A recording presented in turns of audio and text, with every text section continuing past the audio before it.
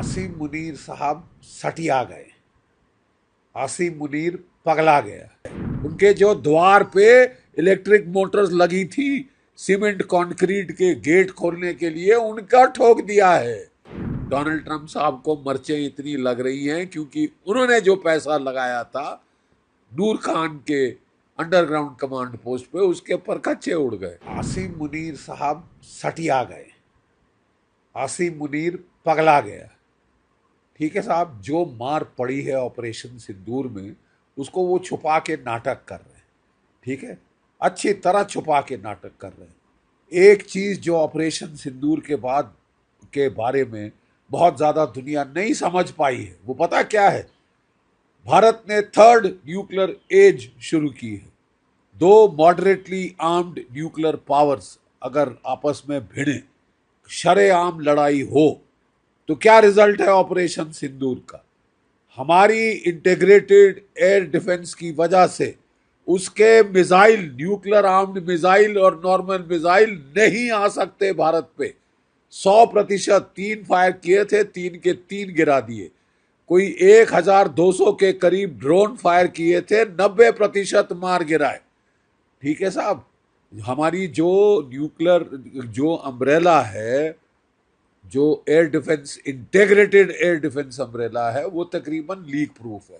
और हम केवल रक्षात्मक पे नहीं सीमित रहते, हमने आगे बढ़ के जहां से उसके 4 एयर बेसिस से उसके फाइटर विद बॉम्ब्स उड़ सकते थे, जकोबाबाद, रहीम यार खान, सरगोदा, हमने उनके परखच्चे उड़ा दिए सर। जो रहीम यार खान की एयर स्ट्रिप अभी तक चालू नहीं हुई, जहां उनके स्टोर्ड थे न्यूक्लियर बॉम्ब्स, ठीक है, वो थे आपके चगाई और किराना हिल्स में, उनको ठोका है। उनके जो द्वार पे इलेक्ट्रिक मोटर्स लगी थी सीमेंट कंक्रीट के गेट खोलने के लिए, उनका ठोक दिया है।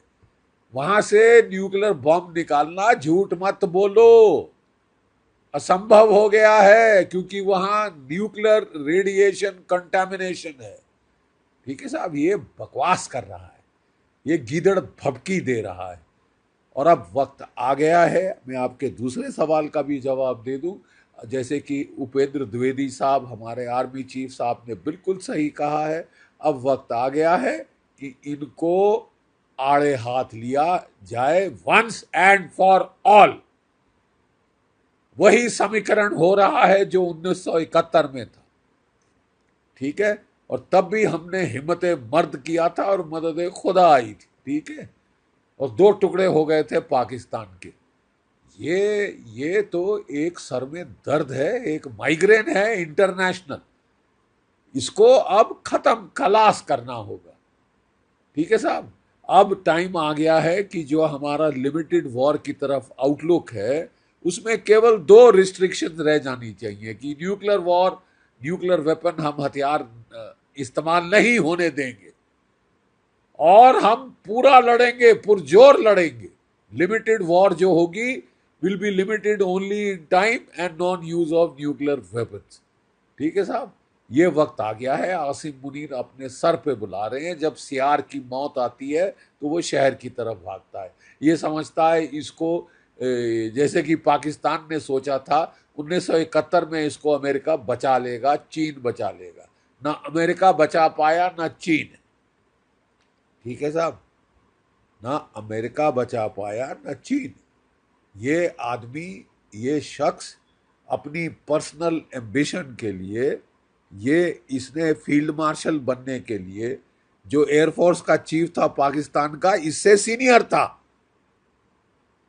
उस पर सीनियरिटी पाने के लिए इसने दुम मरोड़ी है शहबाज शरीफ की कि बना दो मेरे को फील्ड मार्शल, क्योंकि साहब फील्ड मार्शल की रैंक में जाके मैं डोनाल्ड ट्रंप से मिल सकता हूं।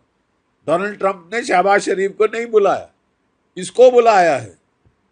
कैसी सरकार है ये साहब कि जिसका जो मुलाजिम है उसको बुलाता है पाकिस्तान का फील्ड मार्शल को बुलाता है डोनाल्ड ट्रंप, उनके प्रधानमंत्री को नहीं बुलाता, उनके प्रेसिडेंट को नहीं बुलाता, क्योंकि वो मुखौटे हैं।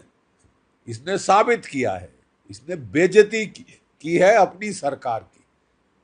ये व्यक्तिगत इसने करने के लिए ऑपरेशन सिंदूर चलवाया को इसने शुरू कराया, ठीक है, अपने लाभ के लिए। ये कितने लोगों को मरवा देना चाहता है, और अब कह रहा है कि मैं आधी दुनिया खत्म कर दूंगा। अबे आधी दुनिया खत्म, 170 है तेरे पास न्यूक्लियर वेपन्स, हाँ, 170 न्यूक्लियर बॉम्ब्स हैं तेरे पास, आर्सेनल जो है, उनमें से ज्यादातर सब किलोटन है।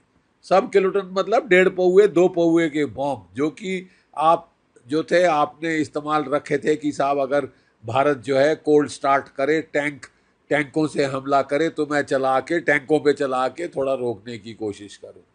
ठीक है साहब, हमारे पास जो बॉम्ब्स हैं 180 हैं जनाब, ज़्यादा है 180 से, और वो सारे के सारे 10 किलोटन के ऊपर वाले हैं। 50 किलोटन और उससे ज़्यादा के भी बॉम्ब्स हमारे पास है। अगर न्यूक्लियर युद्ध हुआ, एक चीज गिठान बांध ले मुल्ला मुनीर, एक चीज गिठान बांध ले, पाकिस्तान नहीं बचेगा। अगले 700 साल वहां पे अनाज नहीं उगेगा। 1/5 है भारत के साइज का। अपना पूरा न्यूक्लियर आर्सेनल भी फायर कर दे, तू कुछ नहीं कर सकता हिंदुस्तान का। ठीक है, हम अपना पूरा न्यूक्लियर आर्सेनल तेरे पे फायर कर दे, तेरे तो परखच्चे उड़ जाएंगे और हमें न्यूक्लियर आर्सेनल की जरूरत नहीं पड़ेगी। हमारे ब्रह्मोस काफी हैं तेरे लिए। समझ गया? मदीना 2.0 मुनीर, समझ गया? तेरे लिए हमारे ब्रह्मोस और स्पाइस मिसाइल्स, क्रूज मिसाइल्स काफी हैं। तेरा न्यूक्लियर कमांड पोस्ट उड़ गया है। डोनाल्ड ट्रंप साहब को मर्चें इतनी लग रही हैं क्योंकि उन्होंने जो पैसा लगाया था नूर खान के अंडरग्राउंड कमांड पोस्ट पे, उसके परखच्चे उड़ गए। जो कि उन्होंने ड्रोन कमांड पोस्ट मुरीद के एयरबेस में उड़ाया बनाया था, उसके परखच्चे उड़ गए। इनके जो कोई 8 से ज्यादा तो F-16 फाइटर जमीन पे ध्वस्त हो गए। इनके जैसे हमारे एयर चीफ साहब ने साफ बता दिया है, 5 जेट फाइटर नॉकआउट किए हैं हमारे S-400 ने, और एक बड़ा जहाज या तो AEW या एलिंट एयरक्राफ्ट, ये 300 किलोमीटर की ज्यादा रेंज पे ठोक दिया। तू बात क्या कर रहा है? तू ये मुंह मसूर की दाल, तू बच गया है, नहीं तो तेरे पे आया था अगला ब्रह्मोस। ठीक है, मरियम कमांड पोस्ट में घुस के बच रहा था, फैमिली को अमेरिका भेज दिया था। तू अमेरिका में घर बनवा ले, वहीं पे रह, वही वो भी तेरे लिए शायद सेफ नहीं होगा। आसिम मुनीर, मुल्ला मुनीर, ये इंसान ने, अब जो इंसान ने अपनी व्यक्तिगत प्रमोशन के लिए लोगों को मरवाने के लिए ये आतुर हो गया है, ये दुनिया में न्यूक्लियर वॉर चलाना चाहता है, तो साहब आप जो है, आपको तुम्हारी इच्छा पूर्ण होगी, लेकिन इसको अब जो है ऐसे डेंजरस न्यूक्लियर टेररिस्ट को खत्म करना अब बहुत जरूरी है।